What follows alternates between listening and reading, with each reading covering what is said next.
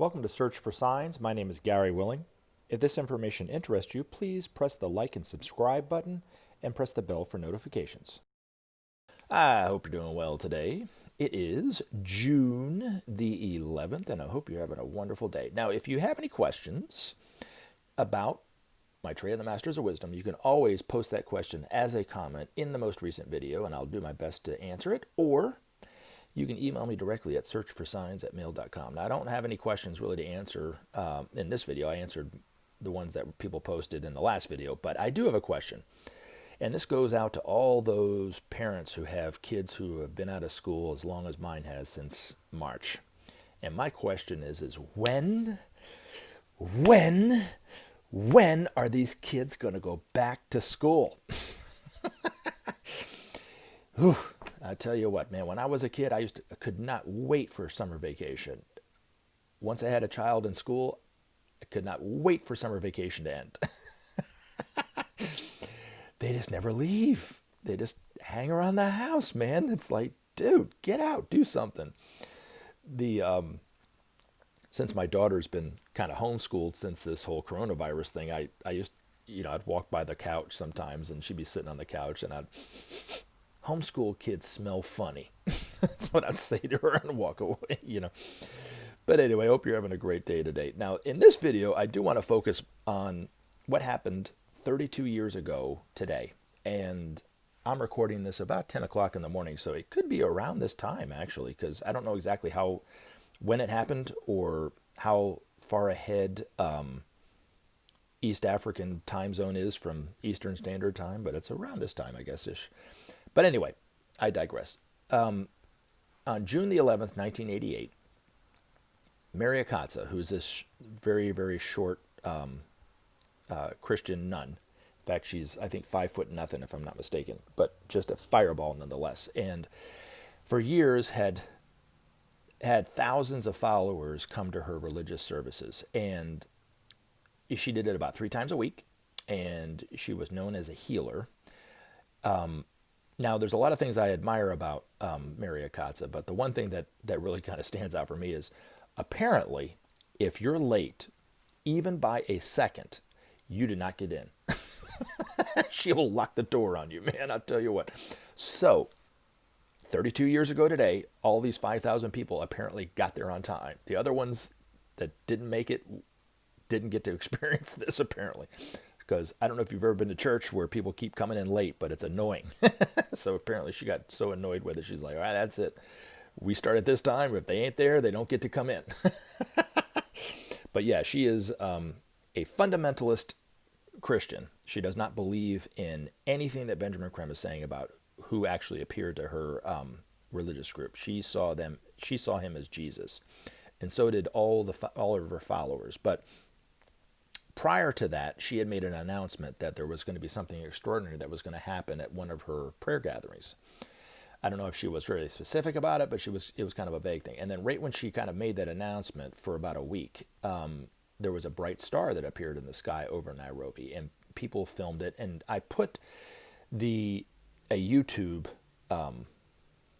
video link in the description that you can go and look at it, where she's interviewed, and they actually show the star. Somebody filmed the star in the sky and so forth. But it wasn't a star, it was a spaceship. And so the 3 times that historically that star has appeared in the sky, one was 2,000 years ago, when the 3 wise men, of course, traversed across the desert and made it to Bethlehem for the birth of Jesus. That was, that famous star was a spaceship. And then this time, 32 years ago today, it appeared again. And then right before Maitreya appeared on TV for the first time, for about a year-ish or so, there were 4 spaceships that appeared in the sky to create that star. So everyone all 4 corners of the planet, I know it's round, I'm not a flat earther, but you know what I mean, could see the star whenever they could, look up at the sky. And you might have seen it, you might not. You might have seen it and not even thought anything of it, but it was, that's just Venus, and drive away, right? But it was huge, and it was all over the place, and it was bouncing around, and you would see it over here one night, and it would be on the other side the other night, and so forth. And it didn't really most people I talked to didn't really pay attention to it. And it culminated with the Norwegian spiral, if you know anything about that. But anywho, a little side note about that spaceship. But anyway, the spaceship is about the size of 4 or 5 football fields. So can you imagine a ship that's, about 2 or 3 football stadiums, like, I know in the United States, where American footballs are played. I mean, those stadiums are massive, right? But anyway, 3 or 4 times the size of that. I mean, that's basically about the size of those ships. But anyway, they can generate a very, very powerful light that looks like a star in the sky. And even it can look like a star in the sky, even in the daytime. And then when you look at this video, you'll see what I'm talking about. You'll see this big, bright star in the sky. Well, anywho, at this particular prayer, or this religious service, with thousands of people in attendance, Mary Akatsa said that an important messenger was going to visit them. And within moments of her saying that, Maitreya appeared right in front of everybody, wearing this white robe with this headdress with this blue band on it. And apparently, according to Mary Akatsa, God told her for all her devotees and herself to wear blue and white. And that would indicate to God that they're his children or something like that. So that's why Maitreya dressed the way that he dressed. But they saw him as Jesus. She saw him as Jesus. Didn't think for 1 second that it wasn't Jesus. So when the people fell to the ground, like they are in this picture here, they were saying, Jesus, Jesus, heal me, Jesus, all that kind of stuff. And of course, I'm sure there were a few people not in the back that weren't paying quite attention, so they didn't really know what was going on. But for the most of the crowd, they were very, obviously excited because he appeared. Now, as miraculous as appearing out of the blue in front of thousands of people, Maitreya also spoke in perfect, unaccented Swahili for about 15 or 20 minutes. So if you're not born and raised in Nairobi or in Kenya, to speak perfect, unaccented Swahili is actually a miracle in and of itself. But anyway, he appeared, talked to them. He also walked around the crowd, and there's some pictures of him with this, it's like a horsetail whisk where they whisk away the flies, I guess. It's an African culture kind of thing.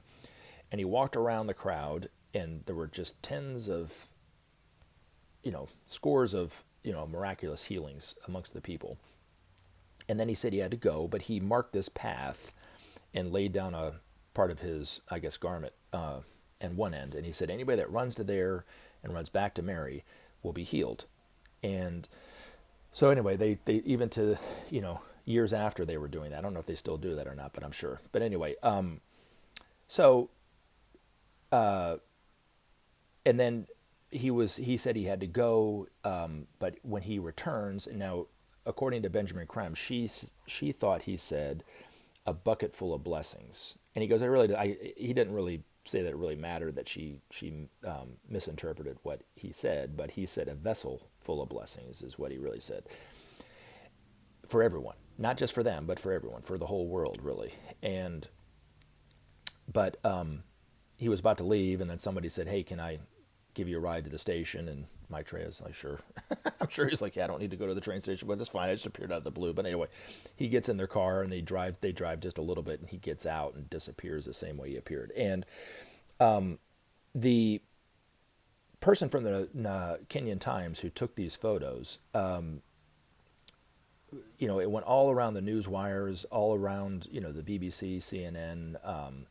Thankfully, Fox wasn't around at the time to give their commentary about how Donald Trump knew about that all along. And, I'm just kidding, how Donald Trump's a victim because of this, all that kind of stuff. But no, anyway, so it went all around the news wires for days, and it created quite a stir at the time. So, but since then, this was just the start of it.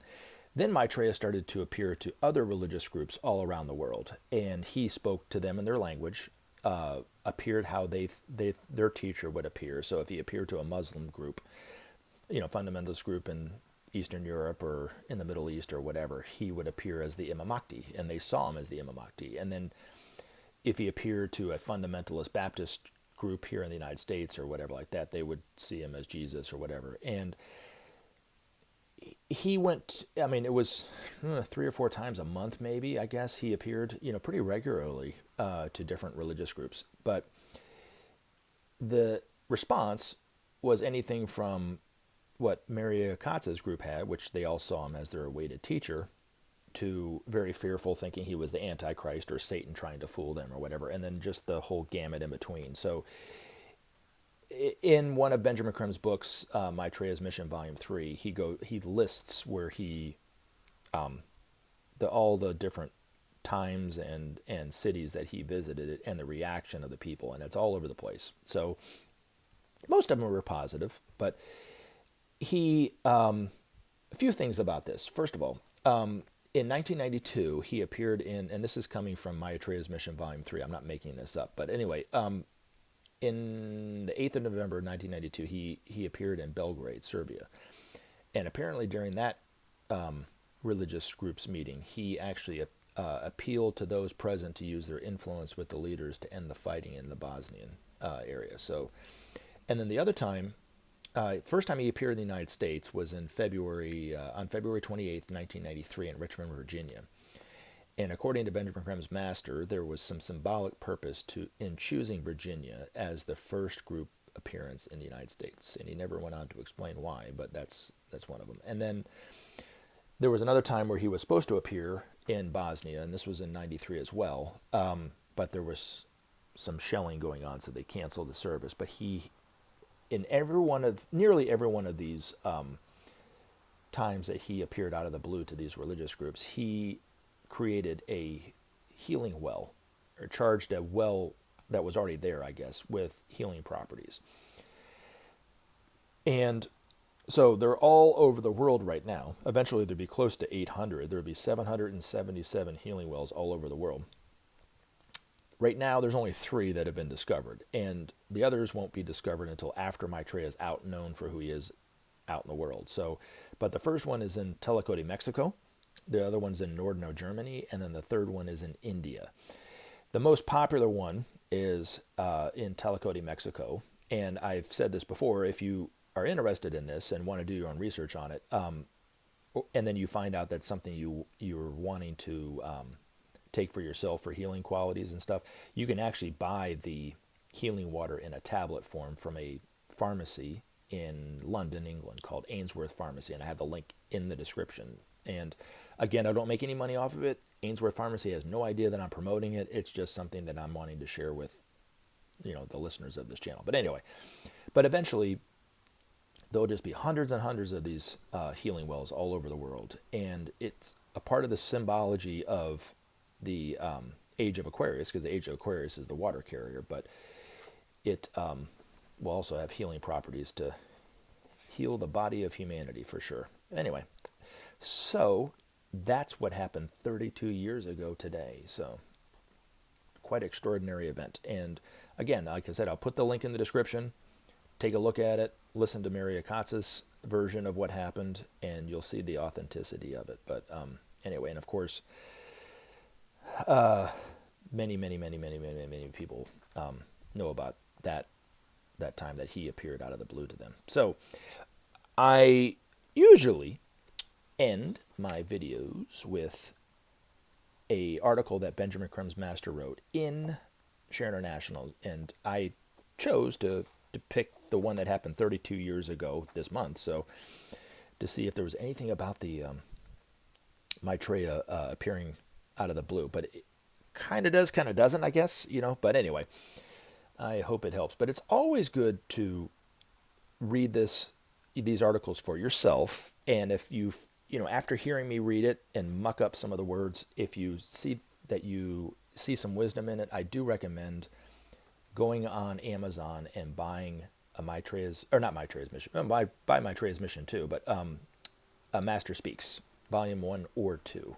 One seems to have more articles in it than Volume 2, but they're both very, very good. And these articles that I read are coming from the minds of one of the masters. And it's, if you're interested in the masters and you want to know more about what they think and how they how they're wanting to help humanity and so forth, it's definitely a good idea to pick up this book. Anyway, So, again, this article I'm about to read was published in June of 1988, around the same time that Maitreya appeared out of the blue in Nairobi, Kenya. And it's entitled The Great Lord Emerges.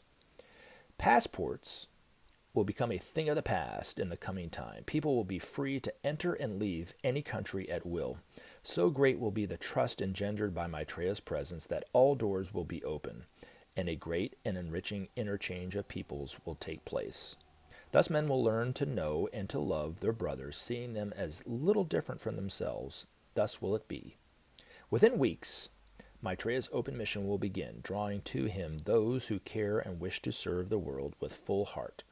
Those around and close to him will prepare the ground, outlining his precepts and teachings. When a certain saturation has been achieved, he himself will enter the world stage. Already, the policies of nations are being reshaped by his influence. Already, many in high positions know of his presence and await his announcement. Thus does he work quietly, affecting under karmic law the future of the race. That future holds for man unbelievable promise. From the day of declaration will begin a process which will transform this world and take men to the highest levels of achievement. On that day, men and women everywhere will experience the love nature of God and know it as their own. Through their hearts will flow Maitreya's ray, evoking from them an understanding altogether new. Sharing in justice will be his call, and thus guided and inspired, men will respond in full measure, remaking the world under his wise counsel. Not for nothing has he waited till now to make his appearance. Only now are men taking steps to put their house in order. Thus only now can he come forward and lead. On the day of declaration, he will outline the future for man, showing the alternatives which face the race today. Man's choice, he will show, can only be for sharing, and for none other can sustain the planet longer. Many are the tasks which lie ahead. Great is the inertia which grips still this world, but already a start has been made, and the future beckons brightly. Men should know that all are needed to overcome the evils of the past. Division and separation have ancient roots and will not easily relinquish their hold. Each one, therefore, should see it as their task to aid the Christ in his work of transformation, giving off their best to reconstruct the world. Soon the world will know of the splendor in its midst. Soon men will weep for joy at his appearance.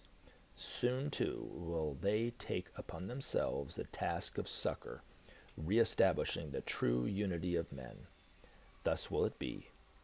Thus will men know, at last, that brotherhood which they long have cherished, but till now were unable to find. Remember to take action and help SOP save our planet.